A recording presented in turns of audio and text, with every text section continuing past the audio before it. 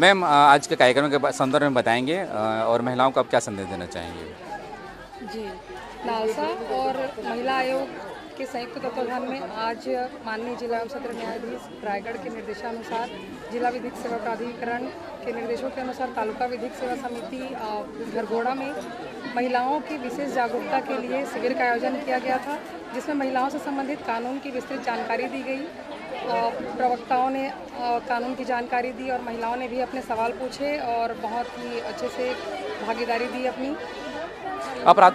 महिलाओं के बढ़ते अपराधों के प्रति महिलाओं को कितना जागरूक रहना चाहिए मैम, कितना सतर्कता बरतनी चाहिए?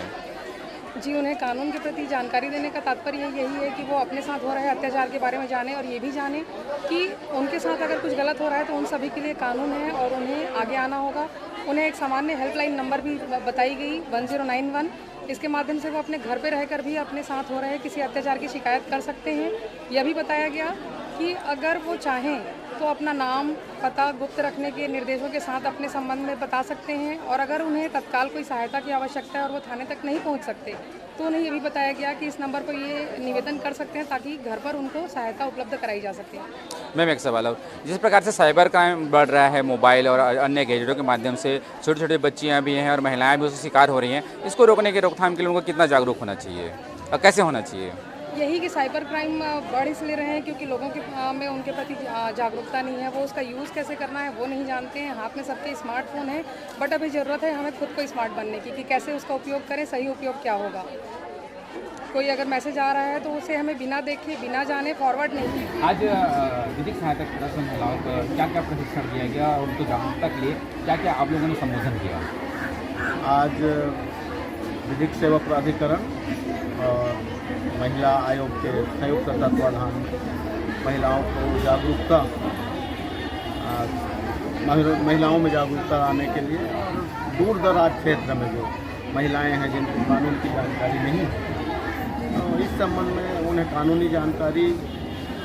इन महिलाओं के माध्यम से जो स्व सहायता समूह से जुड़े हुए हैं,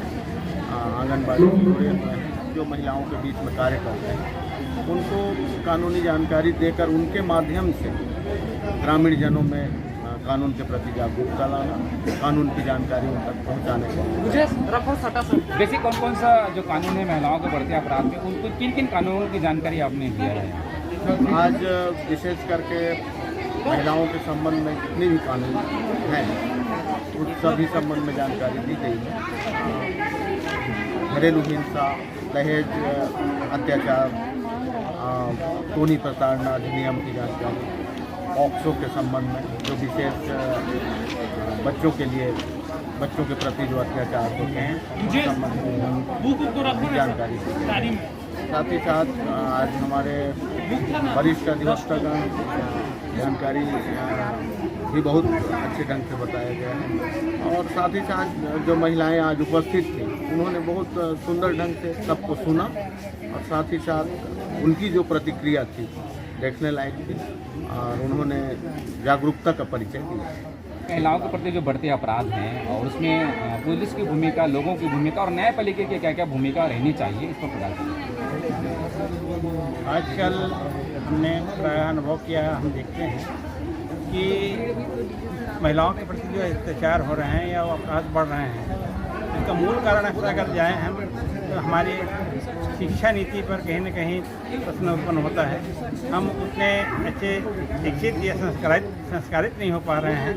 जिसके जितना हमें होना चाहिए। उचित शिक्षा और उचित संस्कार के अभाव में ही महिलाओं के प्रति अपराध बढ़ रहे हैं। पुलिस की भी अपनी एक मजबूरी होती है, उसको महिलाओं के जो बढ़ते अपराध हैं उसमें न्यायपालिका की क्या भूमिका रहती है और न्यायालय स्वतः संज्ञान किन परिस्थितियों में लेते हैं?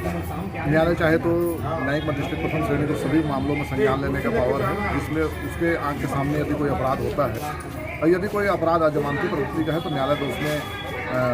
जमानती गिरफ्तारी वारंट जारी कर सकते हैं। आज हम सब यहाँ जिला विधिक सेवा समिति और नालसा और राष्ट्रीय महिला आयोग के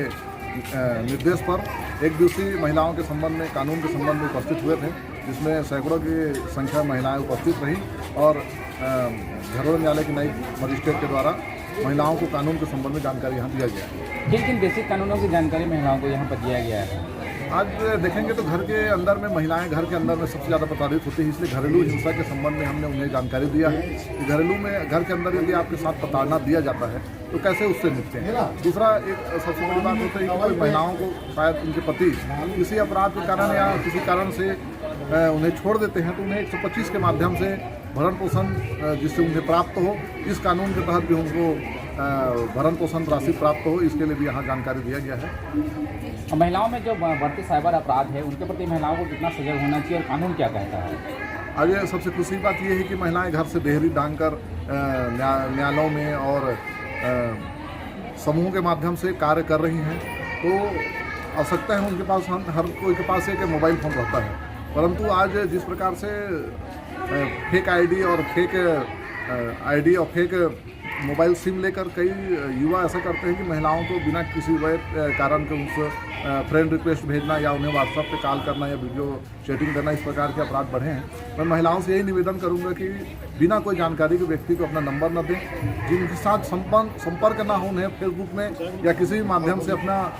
फ्रेंड न बनावें, और यदि कोई फेक आईडी से कोई बातचीत हो रहा है तो उसको ब्लॉक करें। आप यदि इस प्रकार की घटना नहीं करेंगी तो हो सकता है आने वाले दिन में आप कोई बड़े अपराध का शिकार जरूर हो जाएंगे।